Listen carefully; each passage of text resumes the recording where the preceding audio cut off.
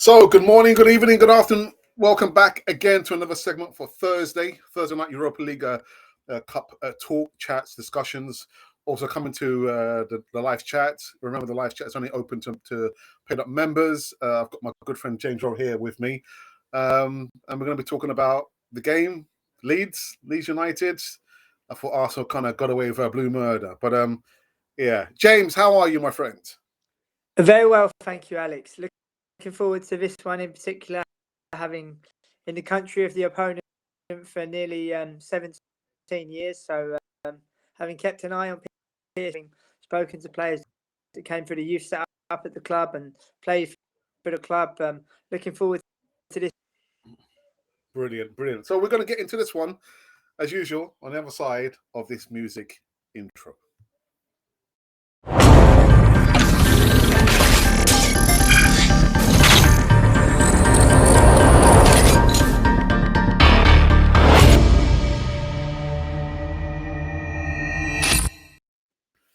So actually, I can't wait to get into this one because, like I said, James lives actually in Amsterdam, and he's got a lot of stories, anecdotes to tell us, to spill the beans. But before we get into this one, make sure that you do subscribe to Cannon for You TV. Hit the bell notification button so you can receive moderate news on this channel, Cannon for the TV. James, how have you been? How are you? Very the lifetime ambition of going to Ellen Road last Sunday, so absolutely delighted, especially with the win. Rode our luck at times, and Lady Luck smiled on us. That same Lady Luck will not smile on us later. It's very much swings and roundabouts, but great to fulfill a lifetime ambition. And Ellen Road is a beautiful stadium, extremely passionate. Our away end was absolutely fantastic, and credit to everyone in that away out. And yeah, fantastic game of football, and delighted with KLM's direct flight from Amsterdam with that. Yeah, James. What were you? How did you feel about the game being delayed due to power failure and the communication between VAR and the referees? Did it? How were the How did the fans take it? Were they annoyed, or were they just understanding about the situation, or how do they feel about the delay? We thought it was a technical glitch with VAR. Then there was a rumor going around of having pulled the plug on certain energy pipes and energy connections. I'm particularly upset about that one because you've come from so far to get to the game, coming back to warm up again, the kind of heart lifted, and look forward to a great game. It's a beautiful stadium. There were 36,000 people there last Sunday. There's still football. There was a little piece in the programme about Chris White having played for both clubs, John Lewis, George Graham having managed both as well. So a nice little piece in the programme as well, and to have got to their own stadium is it's really a dream come true for me, because I've wanted that particular away day, and they were in the Championship for 17 years. So finally got Leeds over the line, and makes me feel very proud. Brilliant. So we're back in action against PSV, James. I think is it? There we go. It's a 6 p.m. Kickoff against PSV. James, Ruud van Nistelrooy. Are you surprised that he got the PSV job? Well, I think in recent years with appointing Mark van Bommel, I don't think it's surprising. He talks, to be said, the way he talks about football in his press conferences and his clarity and his hold him in very good stead in the future about that. And it's a massive club in the country, and for all the fans that like to down the league, they need to remember that we're facing a team that have won their domestic time, as well as 10 Dutch Cups, and as well as the European Cup in 1988. So it's a massive PSV, and it's a great gig for Van Nistelrooy to have. But too soon They had a great result against FC Utrecht 6-1 last weekend. Zurich in the manner upon which they did both home and away from home. So, losing Leeuwarden 3 weeks ago has kind of turned their ship around. But it's not just lots of English-speaking fans only know of him, but they also have a Joey Figo player, attacking player, Xavi Simons as well, who, he by his own said, my career starts now. They miss Luke de Jong, of course, with his presence, particularly. They're doing very well, and it's a long way to go. I mean, you see the traditional, and in the Netherlands, and you see that's all come together. But there's an awful long way to go. Break here in the Netherlands, and you don't get as many managerial changes because platforms and YouTube channels. Years in the Netherlands, every single professional club has to FA. If there is talk of mismanagement, you can receive sanctions which range from fines to points deductions. So you imagine if they did that in the Premier League. So it just goes to show, and be very, with the kickoff time as well. Not games they might have as well. This before as well, many years ago, I think an FA Cup tie. Just one of those things. In the return leg in Eindhoven, I will be there, and that game time, we are an hour ahead here in the Netherlands, where it's currently 17 minutes past 6. Answer it, but I was at the game against Bodo Glimt where I saw that change Fabio Vieira with Rob Holding and with Matt Turner, and as good as these players, are going to win the Europa League with these players. So I'm wary of PSV, especially in both legs, to see what happens. There has been some discourse, at least on the channel, that Mikel Arteta is overplaying the players. You mentioned about Bodo Glimt. I saw Ben White come off against Leeds, and he did look shattered. I know you said it's good experience for these players, but when the numbers are quite thin. Are we going to see a lot more of this, James? The same players, first teamers, are going to feature a lot more in the Europa League the further they get into the competition. But come the Premier League games, they are looking quite tired. Or what's your thoughts on that, James? Well, I think it's a great observation first and foremost, and I also need to realise you can't pick and choose what you're going to win. You can't pick and choose. Oh, I want this, I want that, I want this list. We're 4 points clear. We're doing amazingly well, but the objective room this season, we must win a trophy this season. That must be the objective. And overplaying players in Europe. Okay, if you don't do that, what are you going to do and Ramsdale hasn't played a European game? Yeah. What are you going to do? So he's in the tunnel, Real Madrid, Benfica, Bayern Munich, Barcelona, but has never played a game of European football. A happy medium. I would love us to try to win all of our group games. Because against PSV, and they win, and then they maybe beat us at home in Eindhoven. And that means you play a Champions League dropout with the second leg away from home. I think the Conference League place, but try to still first place, last 2 games, maybe then try to experiment, but you've got to give these players Euros. That's vitally important. We was in the Champions League for a quarter of a century nearly, I think 23 years, for granted. Everybody thought, oh, isn't this lovely? I didn't enjoy getting beat by Monaco, by beating AC Milan was great, but as I've said many times before, Alex, being football, or football in general in the last 20 years, apart from the money, the commercialism, seasoned European teams and bigger European teams has decreased year on year. The Clint's Conference League, now Europa League, they will also be due to their league position. So, we have to respect every single opponent. PSV have been looking forward to this game for weeks, own admission. And so they're going to be fired up. So we've got to be on our guard and we've got to be. Are there any question marks over Gabriel Jesus? I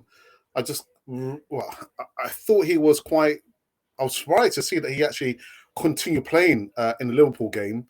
He didn't travel for the Bodo Glimt match, but he looked, out of sorts. What do you think is happening for Gabriel Jesus? Do you think he's probably exhausted, or the other teams have kind of worked him out? Well, this is kind of hot off the press. I was in the away end in the lower section, spread over the upper tier and the lower tier of Ellen Road. And I actually was doing the fast pace, spreading the ball around as quickly as possible, and Albert Stowell in the passes. I think he got his foot trod on by a colleague, by a teammate. And I wonder if that was the start of it. He kind of leaned up a little bit as if it's an injury. But I think as well, players have now got one eye on the World Cup. We're only before the fun and games start, and I think that Gabriel Jesus will be.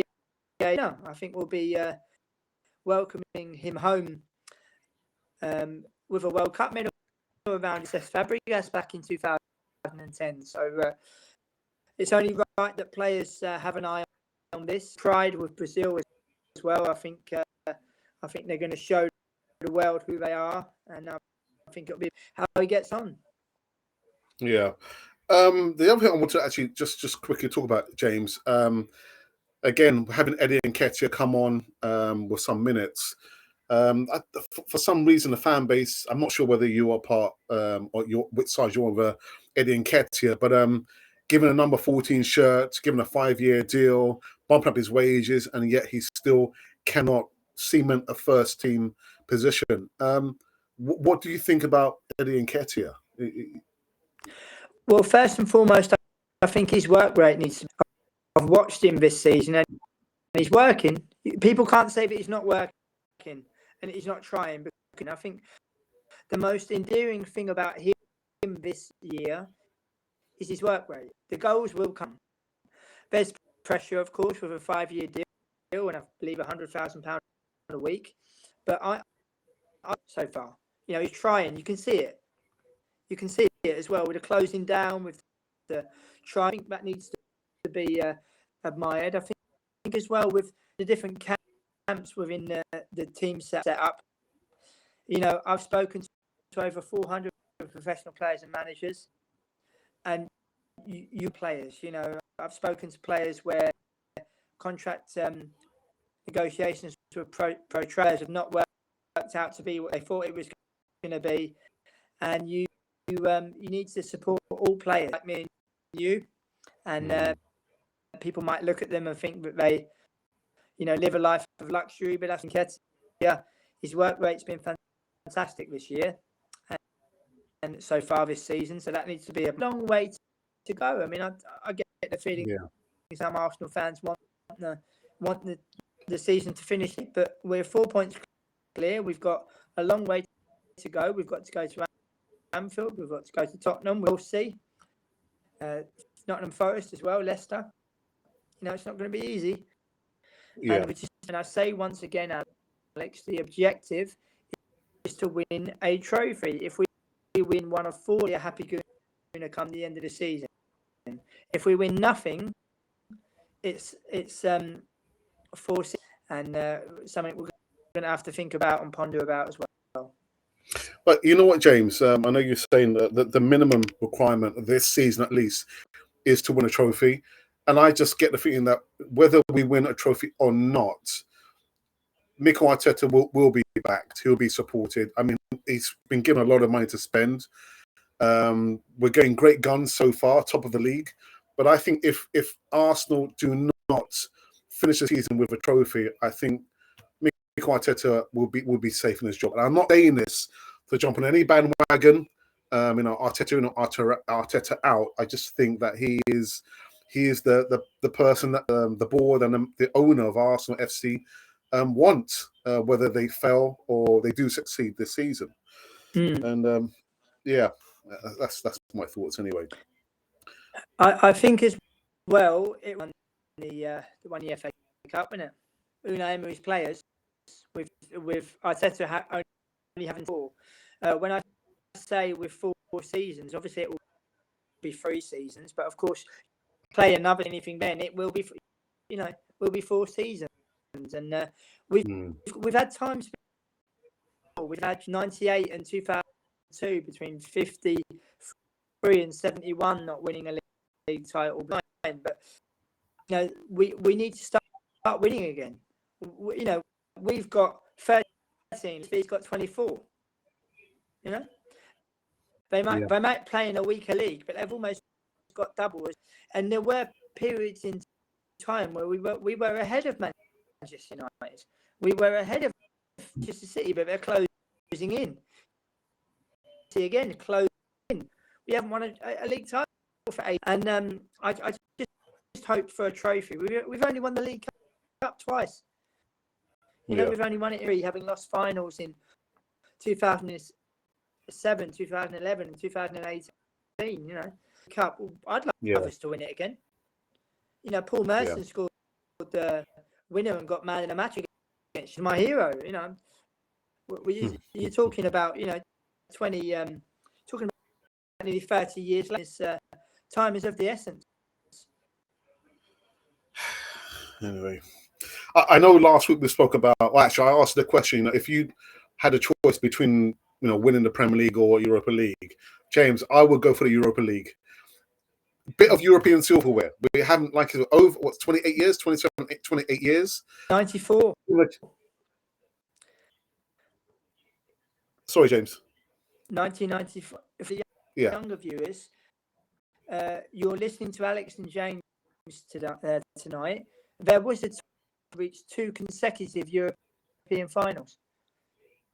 You imagine that now? Copenhagen 94 and Paris 95. We reached both. I couldn't tell you the next time we'll reach 2 European finals consecutively. And I get the point. The fan base is, I'll have the Premier League. Oh, I'll have the FA Cup. It's not get what you get, and you have to enjoy the journey. But I just think as well, we've got to. I'm very much enjoying the season, but it's also from a selfish point of view where I know that games are, so it's just about picking and choosing and doing the best you can and seeing how things go and how. Sometimes I do feel like I'm sounding like a broken record, James, because I'm banging on about we've not won the Premier League. It's going to be 20 years if we don't win it this season, or 19 years. And I also sound like a broken when I talk about the depth. How come we've not brought quality players? And I also sound like a broken record when I talk about the European silverware that we've not won in 28 years. I sound like a broken record, James. Until things change, I think I'll continue to sound like a broken record. But for the younger, I think maybe segment of the subscribers, you have not seen Arsenal win a Premier League. You have not seen Arsenal win any European silverware for almost 30 years. 30 years, but it is what it is. We're known as legacy fans because we've been supporting Arsenal for the longest time. I've seen some really bad times, the 70s and the 80s. Things were really, really bad then. But I'm always going to hold Arsenal to the highest level possible. Comes with the territory. But absolutely, and it's the pride. I mean, we might sound like old guys rattling a 15-year-old watching, or a young 21-year-old watching, but I tell you now, that they meant as much to us as any Champions League game.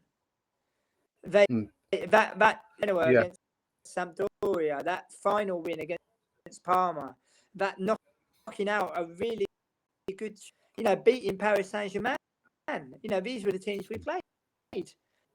These were the teams we played. And if you knocked out on their route to their final, Benfica and Ajax.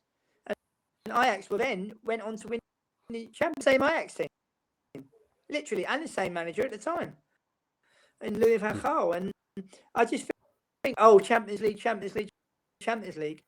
I'll put the question to you and to the do get back in the Champions League next year. And bearing in mind it's the last Champions League before in Super League in everything but name. How do you think we'll get on? Do you think we'll get through the group? Do you think we'll end up in Europa League 16? I remember at the Champions League for, I think it was 5 seasons. They also struggled when they got back in. I think they should have possession. But, people seem to think they love to the run before they can walk. Let's just enjoy the journey. As the Bodo Glimt supporter said to me when I was playing against Bodo Glimt, we are here to have fun. That's what we're doing. We're here to have fun. The same. Yeah. James. Yeah. Anyway, so James, can I push you for a prediction? Arsenal versus PSV, or would you take the Fifth Amendment on that? 2-2. 2-2. All right. Okay. 2-2 is my having spoken to many players and managers who have come through the PSV setup. Well, I wanted to tell the viewers about an anecdote I had from a lad who played under Sir Bobby Robson, arguably the greatest English manager there has ever. Ferguson was Scottish. Bobby Robson managed PSV and did a very, very good job in league titles and, speaking Dutch as well to the best of his ability, which was extremely endearing. Went to train with PSV one day, and so Bobby Robson gave them a simple instruction around the 2 cones that are set maybe 50 metres apart. And there were some players cutting off corners, and he's noticed that they're not running around his whistle, and he calls everybody to the centre circle, and he sits them all down to them, Alex. He says, do you all know that you've got the best job in the world? Do you all know that you play for one of the, and you're fighting for league titles and cups, and you've got the best job in the world? You're playing. He said, all I'm asking you to do is run around a cone. He said, my father used to work in the mines in North England for 14 hours a day. He's run around 2 cones, full pelt, 50 metres apart. If you can't do that, and Robbie Villa listened to what he said, and he went away from the training session a changed man. He said, it's about the suffering, in difficult conditions that his father enjoyed problems at the end as well. And, Bobby Robson, there'll never be another one. I don't know of any English manager that will success in Spain, in Portugal, massive football clubs, massive. And he did it with his own, the Dutch that he would speak. Okay, he wasn't absolutely world class, but he knew what he was talking. It's a wonderful clip on YouTube where he's thanking all the and he says, in Dutch, he says, ladies and gentlemen, boy, you're all. And he's spot on. You'd think somebody born and raised was talking, but no, it was Sir Bobby. And it's just there'll never be anybody else. And that's to come now in the English game and have a sustained period abroad like he did. That's why there is only one Sir Bobby Robson. And for those people that love reading, the greatest football book I've ever read. He was due to be Arsenal manager. He was Arsenal manager before Arsene Wenger, but the chairman of Porto didn't let him go. He literally signed on the dotted line, but the chairman didn't let him go. So it could have been so easily been, and a world class manager as well. Just an absolutely the mark of the man. I spoke to Peter Ramey at Newcastle, and he said, he knew everything about everyone, but he treated everybody the same. To know about Peter Ramey's dad, because his dad was an international rugby referee, he would then to speak to the Chilean players and the Spanish players in Spanish, and then he would speak to Alan Shearer, everybody the same. Just a marvellous human being and a wonderful manager. And PSV are highly of him. He's passed on in 2009, but he's long gone. James, so you've been talking about Bobby Robson with British players. I know we did a segment. I think maybe it was 2 years ago when we were speaking about the richness of being able to speak another language. And I always try to encourage children who I support in the schools I work in to try and learn, another language or an additional language. What about British players? Would you like to see more British players going and living abroad? For some of the young players, probably the first time where they've moved away from the homestead. So would you like to see more British players going and plying their trade in another country? Absolutely. And you can see with Marcus Edwards at Sporting Lisbon and Jude Bellingham, sure they are. Yeah. We're not even talking about football. We're talking about the maturity of these two make the best decisions for them going forward. You see that our Liverpool in for Bellingham. If Bellingham is sharp and is extremely mature, and you watch him, I believe he's competent in German already. But when you go there, the attitude is vitally important. I mean, I would speak to Dutch players and managers in their mother tongue. The interview request, first and foremost, it was always out of curiosity. And then by the end, I'd like to speak to him on Tuesday. Because you get so much more out of them. Speaking to British people have an awful reputation for learning different languages, foreign languages, but we are not all. My move to the Netherlands changed my life. I've been here for 16 and a half years, and I'm still only. Most people that have almost 20 years experience abroad, they're in their 40s and they're in their 50s. And everything has to do with the attitude and being aware. I mean, I'm man enough to admit that I was awful. I was useless. But then you reach a point where people don't know the difference. To me and say, James, was your mother English? No, I'm English. What, really? Yes. Because they don't know the difference. If you learn a language, I try to tell young children, it's like having a superpower. Have superheroes and Superman and all the wonderful heroes. It's like having and it can open up a world which not many people can get into, but because you understand, you can read, you can write. It helps with tolerance. It helps with communication, because that's the most important thing, to be able to communicate. I will be in Eindhoven, and I'm pretty much certain that when I rock up in the away end at the Philips, they're going to think I'm a PSV fan, and I'm going to have to show them my Dutch work place of birth, and I'm going to probably have to explain to them in their mother tongue, my name is James, I'm a good man, and my team's playing in Eindhoven, so that's why I'm here. So it'll be very interesting to see how that all goes. I will tell when I preview the last group game against FC Zurich. Yeah, but you know what, James? That segment that we did about talking an additional language or another language, for me, was one of the most enjoyable segments that we did. For the mere fact, I remember a lot of people coming on live chat asking questions about they tried to learn a different language. They found it very difficult, or they were lacking confidence. And because we spoke about it on that segment there, it reinvigorated them, and it gave them the confidence to try and go back and learn another language. So for me, James, that remains one of my most favorite segments that we did together, James, on Canon 40 TV. Really enjoyable, that one.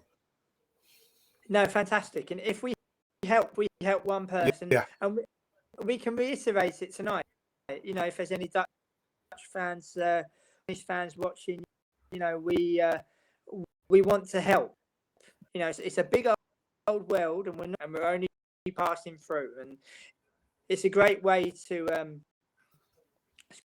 make friends. I love with my friends and with my colleagues. They're all Ajax PSV final fans, but they'll ask, and singing a few Arsenal songs to a few PSV fans, it makes them smile. I believe in Jesus, the Arsenal number 9.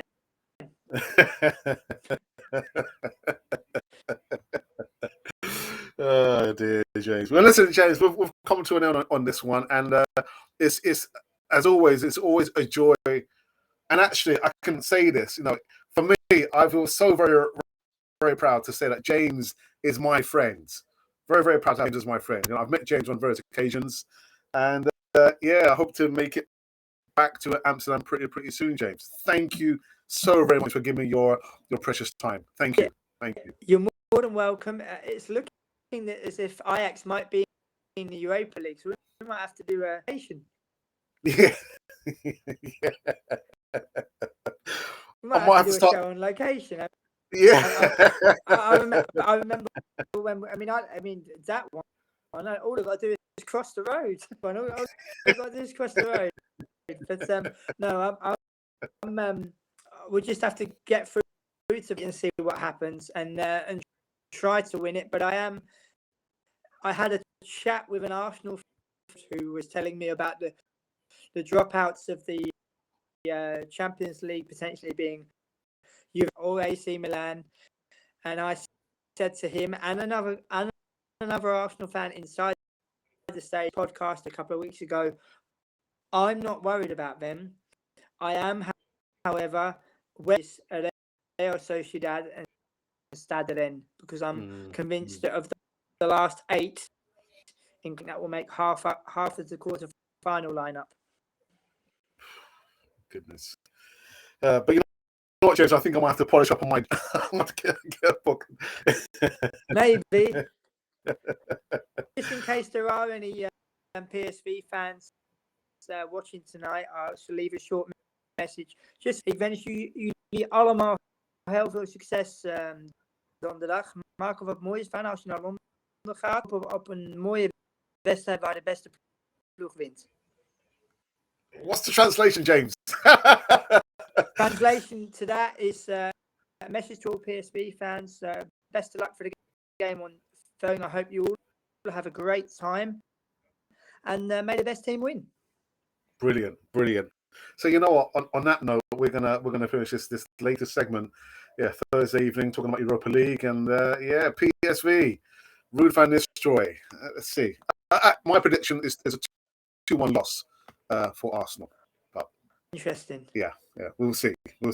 James, as always, thank you very much, James. We will be back next week, Thursday, with more Europa League action, talk, discussion. And as usual, always come to live chat and share the content. James, any final words you want to say before we finish? No, with PSV, looking forward to being in Eindhoven next Thursday, and looking forward to previewing that in the viewers next week. Brilliant. So there you go. So until then, this has been Canon Fodder, the channel for Arsenal fans all over this world.